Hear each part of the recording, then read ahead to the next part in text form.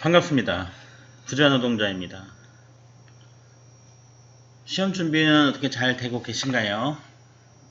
네, 잘 하시고 계실 거라 믿습니다. 댓글 올라오는 거 보니까 저도 평소에 생각 안 하고 지냈던 건데 예리한 질문을 댓글로 올려주신 분이 있어요. 저도 그거 그렇지? 뭐 이렇게 생각하면서 책을 다시 한번 보게 되고 관련 서적도 보게 되고 저한테도 좀 유익한 시간인 것 같습니다. 많이들 질문해 주시고요.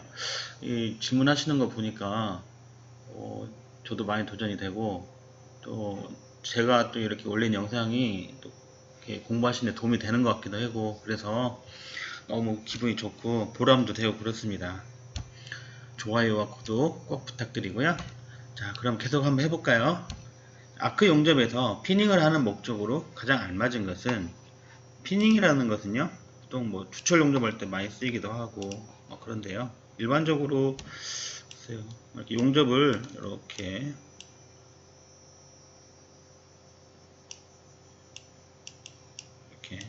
부연 맞대기 용접을 했는데 이걸 옆에서 보면 옆에서 보면 이렇게 되어 있겠죠. 이렇게 용접이 되어 있는데 이쪽은 열 영양부라고 그래서 열을 받은 부분들이잖아요.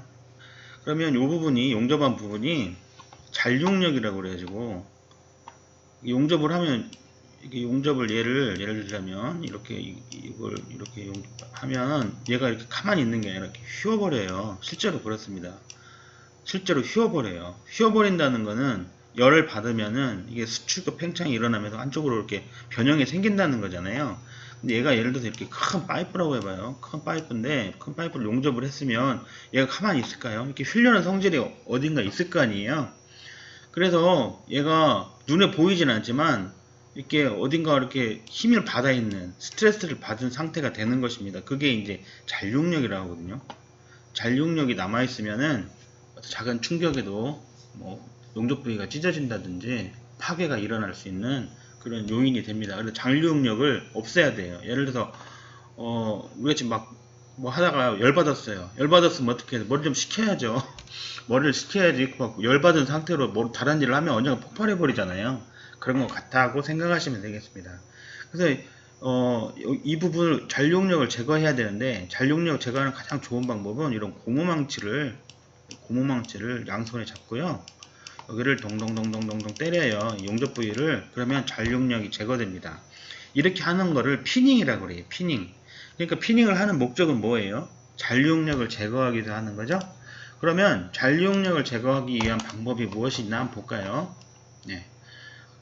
잔용 제거하는 것은 방법은 첫 번째 논의 풀림법 있죠. 논의 풀림법. 논의 풀림법이라는 것은 노내에 넣고 용접 부위를 노내에 넣고 약 625도 정도로 가열을 하는 거예요. 노내에 놔둬버리면은 잔용력이 제거됩니다. 노라고 생각하면은 용광로 생각하실 수 있는데 그렇다 생각하시면 되겠어요. 실제로 대부분의 공장에 가보면은 이렇게 큰 건물이 있어요. 뭐 레일이 깔려 있는 경우도 있고 여기 기차 같은 게 왔다 갔다 하는 경우도 있고 아니면 지게차로 넣는 경우도 있고 하여튼 여러 가지 방법이 있는데요. 여기에 만약에 이런 용접 이렇게 예를 드는 거예요. 엘보하고 얘하고 용접을 했다. 단관하고 용접을 했는데 이게 엄청 크다고 생각해봐요. 사람이 한 요만이나 한다고 생각해봐요. 그러면은 얘를 여기다 집어 넣어놓고 문을 닫은 다음에 사람은 나와야겠죠. 문을 닫은 다음에 가열을 해요. 그러면 여기 용접 부위가 아이고 죄송합니다. 그러면 이 용접 부위 이쪽에 잔용력이 제거된다는 거예요. 국부 풀림법은 뭘까요? 국부 풀림법은 만약에 이렇게 막 큰 제품이 있어요. 이거 여기다 넣을 수 없잖아요. 그러면 이 부분만 넣지보다는 바깥에서 이 부분만 이쪽 국부라는 게 작은 지역이잖아요. 이 부분만 풀림을 하는 거예요. 이거 국부 풀림이라고요. 피닝은 설명했고요. 기계적 응력 완화법이라는 것은 예를 들어서 용접을 하는데 이런 거를 부위원 맞대기 용접을 한다고 해봐요. 이면 비드 넣고 백이라고 하죠. 그다음에 체온 비드, 닉구라고도 하고요. 표면 비드 이렇게 했어요. 용접을 하면 얘가 어떻게 될까요? 이렇게 휘어버려요. 실제로 이렇게 휘어버리거든요. 그러면 이 상태로 놔두지 않고요. 얘를 뒤집어 버려요. 뒤집으면 어떻게 될까요?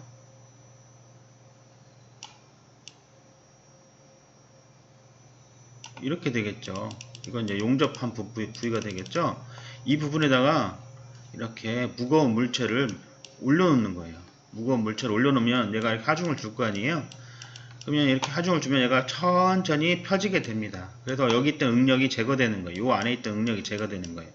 이런 식으로 하는 것을 기계적 응력 완화법이라 합니다. 예를 드는 거예요. 그래서 피닝을 하는 목적은 결국 잔용력 제거죠. 용접 부위의 잔용력 제거를 하기 위해서입니다. 그럼 문제로 한번 들어가 볼까요? 아크 용접에서 피닝을 하는 목적으로 가장 알맞은 것은 첫 번째, 용접 부위 잔용력을 완화시킨다. 이게 정답이 되겠죠? 네, 이게 정답이 되겠어요. 2번, 모재 재질을 검사하는 수단이다. 3번, 모재 표면의 이물질을 제거한다. 4번, 응력을 강하게 하고 변형을 주고. 이건 절대 아니겠죠?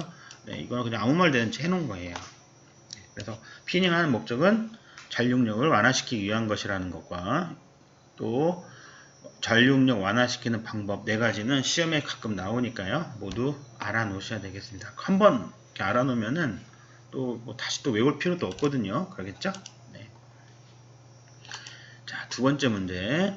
그 다음 26번째 문제. 가스 용접에서 프로판 가스의 성질 중 틀린 것은? 자, 그럼 프로판 가스에 대해서 좀 알아볼까요? 프로판 가스 뭐예요? 여러분 지금 다 대부분 도시가스 쓰시나요? 뭐 그러실 수도 있고, 음식점 같은 데 가면은 회색 가스통에다가 이렇게 가스 나르시는 분들이 막 나르잖아요. 그거 프로판 가스예요. 자, 프로판 가스는 우리가 LPG라고도 하죠. LPG 뭐예요?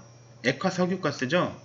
석유를 정제할 때 제일 먼저 나오는 게, 제일 먼저는 제가 정확히 모르겠습니다만 하여튼 석유를 정제할 때 나오는 가스가 LPG예요. 다른 말로 액화 석유가스라고 하는, 옛날에는 그냥 버리기도 하고 그랬다고 하더라고요. 근데 지금 모아가지고 LPG로 쓰죠. 비중은 1.5가 됩니다. 그래서 우리가 예전에도 LPG 쓸 때 가정집에서요, 그런 뉴스 많이 나오잖아요.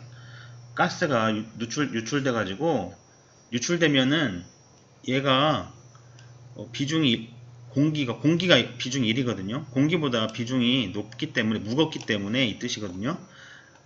집에서 땅바닥으로 가라앉잖아요, 세면. 근데 집에 와가지고 제일 먼저 뭐 해야 되죠? 환기를 시켜야 되는데, 환기 안 시키고 그냥 그 가스레인지를 점화를 시키면 폭발해버리는 사건이 많이 발생했었잖아요. 네, 그래서 프로판 가스의 성질은 공기보다 무거워서 바닥에 가라앉습니다. 그래서 프로판 가스에다가 매캐한 냄새를 넣어가지고 그 냄새로 프로판 가스가 유출됐을 때 쉽게 우리가 알아낼 수 있게 하죠. 네.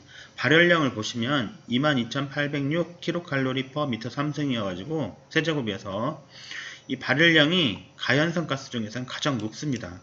그러니까 얘로 뭘 하면 제일 좋을까요? 뭐 물을 끓인다든지 이런 거 하면 좋겠죠. 발열량이 높으니까요.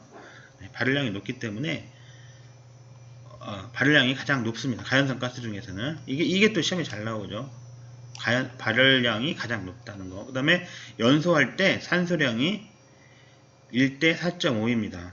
그러니까 LPG 프로판 가스 하나에 산소가 4.5개가 필요하다는 얘기죠. 1대 4.5 정도가 필요합니다. 그러면 문제로 한번 돌아가 볼까요? 네, 문제로.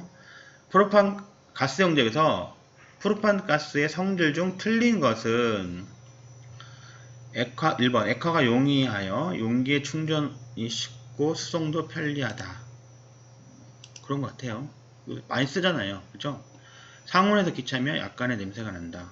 3번 연소 시 필요한 산소량은 1대 4.5이다. 되는 거죠. 4번 폭발 한계가 좁아 다른 가스에 비해 안전도가 높고 관리가 쉽다.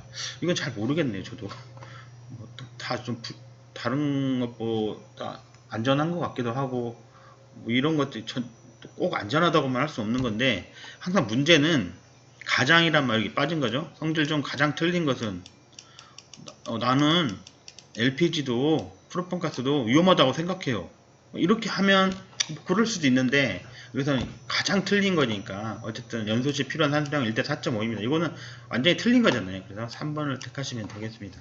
가끔 이렇게 시험 볼 때 보면 이거 답이 두 개인 것 같은데 이렇게 생각하실 수 있잖아요. 그럴 때는 항상 가장이란 말이 빠져 있다는 것을 명심하시면 되겠습니다. 네.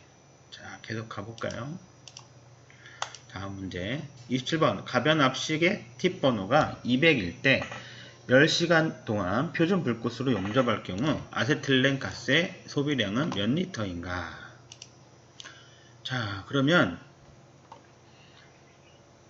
일단 이 가변압식 토치부터 한번 볼까요? 가변압식 토치. 가변압식 토치라는 것은 프랑스식이라고도 하고요. 동심형이라고도 합니다. 이게 뭔 말이냐? 여러분들이 혹시 현장에서 절단 토치 많이 보셨나요? 이렇게 있고, 자, 그림을 대충만 그리겠습니다. 이렇게 있으면은 이렇게 해가지고 이렇게 해서 이거 끼우죠? 여기 레버가 달려 있죠? 레버가 달려 있어 가지고 호스 끼우면요, 위에가 산소죠? 여기 산소 들어가고 여기 아세틸렌이나 LPG 들어가잖아요. 그죠? 네, 그렇게 들어가죠? 네. 이렇게 지금 산소하고 아세틸렌이 들어가서 한 구멍으로 나오는 거예요. 노즐이 하나로 되어 있는 거. 이렇게 하나로 해서 나오는 것을 같이 나오잖아요. 그래서 동심형이라고 그래요. 동심형이라고 하고요. 이것을 프랑스식이라고도 하고 가변압식 토치라고도 해요. 압을 바꿀 수 있다는 뜻이거든요. 또 이거를 표시할 때는 B100 이런 식으로 표시합니다. B100 프랑스식은 B로 표시하고요. 100이라고 표시하는데 이게 무슨 뜻이냐? 1시간 작업했을 때 사용하는 아세틸렌 양이에요. 아세틸렌 양. 1시간 용접했을 때 사용하는 아세틸렌 양. 그러니까 B100이란 건 뭘까요? 1시간 동안 아세틸렌을 100리터 소모하는 토치다. 이렇게 알 수 있겠죠? 네, 이런 뜻이에요. 자, 그럼 두 번째 불변압식 토치 볼까요? 아이고, 토치는 토차가 됐네. 불변압식 토치는 독일식이라고도 부르고요. 20형이라고 그래요. 이게 무슨 말이냐면은 이렇게 불이 나오는 토치가 있잖아요. 그러면 여기서 이제 나오면 옆에 이렇게 따로따로 나오는 거예요. 그러니까 여기 둘이 만나서 이렇게 불꽃이 일어나는 거죠. 네, 그래서 산소와 아세틸렌이 각각 다른 구멍으로 나오는 거예요. 이런 것을 20형, 중심이 다르다는 거죠. 20형이라고 그래요. 20형. 이걸 독일식이라고 하고요. 압이 변하지 않는다 해서 불변압식 토치다 이렇게 하고요. 이걸 표시할 때는 T1 이렇게 표시합니다. T1은 뭐냐면 1mm 철판을 용접할 수 있는 토치다. T가 두께죠. 1mm 철판을 용접할 수 있는 토치다. 이렇게 생각하시면 되겠습니다. 그러면 요게 이제 시험에 잘 나오겠죠. 일단 시험에 나올 수 있는 것이 보면 일단 프랑스식과 독일식, 가변압식, 불변압식, 동심형, 20형 이것을 구분하는 시험이 나올 수 있죠. 다음 중 가변압식 토치의 특징이 아닌 것은 1번 프랑스식이다. 2번 프랑스식이라 불린다. 2번 동심형이다. 표시할 때 비폐가 된다. 3번 독일식이다. 이런 식으로 나올 수가 있어요. 헷갈리잖아요. 그죠? 이런 문제가 나올 수 있고요. 두 번째 문제는 지금 나온 이런 문제 나올 수 있죠. 팁 번호가 200이에요. 팁 번호가 가변압식이란 말이 있기 때문에 이게 지금 B200이란 뜻이죠. 그렇죠? 가변압식이란 말이 있기 때문에 B200이란 뜻이에요. 이거 B라고 안 써있는데요. 이렇게 생각하실 수도 있고요. 아니면 이렇게 주어질 수도 있어요. B200이란 말은 또 뭐예요? 1시간 동안 용접했을 때 아세틸렌을 200리터 사용한다는 뜻이죠. 그러면 10시간 용접했어요. 그러면 1시간 200리터니까 10시간 용접하면 얼마가 되겠어요? 200 곱하기 100, 10시간에서 이것은 2000리터를 사용하겠죠? 네, 답은 2000리터가 되는 거예요. 이렇게 문제를 푸시면 되겠습니다. 별로 어렵지 않죠? 네, 어렵지 않습니다. 답은 이거 조금 어렵네요. 28번 전격 2차 전류가 200A이고 아크 출력이 6kW인 교류 용접기를 사용할 때 소비 전력은 얼마일까요? 난해합니다. 자, 그러면 소비 전력이 뭔지부터 일단 알아야겠죠. 소비 전력이란 건 아크 출력 더하기 내부 손실입니다. 그럼 아크 출력은 또 뭐예요? 아크 출력은 아크 전압 플러스 아크 전류입니다. 그렇군요. 자, 죄송합니다. 이건 아니었는데. 자, 그러면 한번 볼까요? 용접기가 이렇게 있어요. 용접기가 있으면 여기 220, 330은 1차 측에서 전원이 들어오잖아요. 1차 측에서 전원이 들어와요. 220 들어올 수도 있고 380 들어올 수 있는데 여기 이제 2차 측이 있잖아요. 이걸 2차 측이라고 한다. 부하 걸리는 걸 2차 측이라고 한다 했잖아요. 그죠? 2차 측. 2차 측이 있는데요. 플러스 마이너스가 있죠? 그러면 보통 직류 전극성에서는 이 마이너스 직류 전극성에서는 마이너스를 모재에다가 이렇게 모재에다 걸고요. 그죠? 모재에다 걸고 플러스에다가 토치를 이렇게 연결해서 막 용접을 하게 되겠죠? 막 이렇게 용접을 한다고 할 수 있겠죠? 그럼 2차 측에서 실제로 용접할 때 걸리는 전압을 측정할 수 있을까요? 측정할 수 있죠. 보통 뭐 한 20에서 30A 정도 왔다 갔다 하거든요. 죄송합니다. 아크 전압이 20, 30V 정도 돼요. 아크 전류는 여기 세팅하게 돼 있잖아요. 우리가 지금 다이얼을 돌린다든지 뭐 리모컨을 쓰든지 하면 여기 뭐 120 이렇게 쓰잖아요. 그러면 120 암페어인 거죠. 여기 나와 있잖아요. 여기 창에 보면 이렇게 창에 보면 120 돼 있기도 하고 아니면 레버를 돌리면 레버에 뭐 120이라고 써 있으면 120 암페어를 의미하잖아요. 그럼 아크 출력은 얼마예요? 실제로 이게 아크 출력은 120 만약에 여기가 만약에 20V로 아크 전압이 일어났다 그러면 120 암페어 곱하기 20 하면은 이게 얼마인가요? 계산하기 좋게 10으로 할까요? 10으로 하면은 이게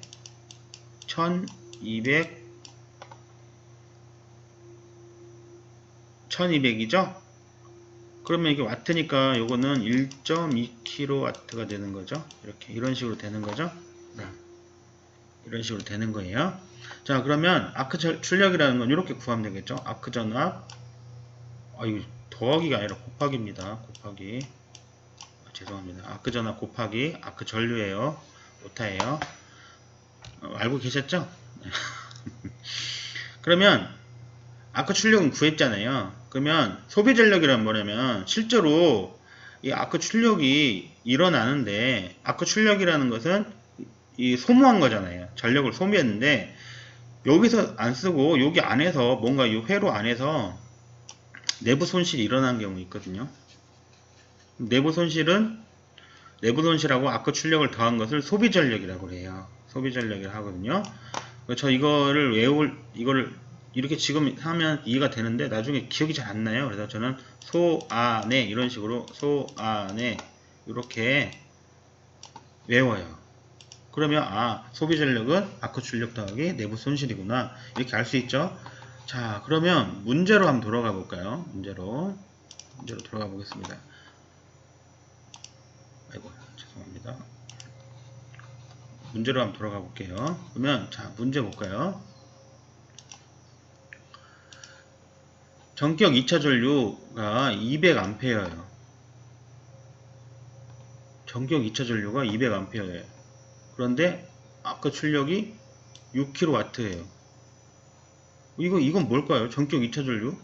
얘하고 관련 있나요? 아니죠. 이건 아무것도 아니죠. 이거는 그냥 헷갈리게 하려고 넣어놓은 거예요. 아크 출력이 6kW인 교류 용접기를 사용할 때 아크 출력 여기 있네요. 소비 전력은 아크 출력 더하기 내부 손실이니까 아크 출력이 6kW예요. 근데 내부 손실이 4kW래요. 그러면 소비 전력은 얼마일까요? 6 더하기 4니까 10kW가 되겠죠? 네. 별로 어렵지 않습니다. 이게 이해하려면 굉장히 어려운데 문제는 이렇게 별로 어렵게 안 나와요. 그냥 소비 전력은 아크 출력 더하기 내부 손실이다 정도만 알고 있어도 할 수 있습니다. 자, 오늘은 여기까지 하고요. 다음에 또 만나겠습니다. 감사합니다.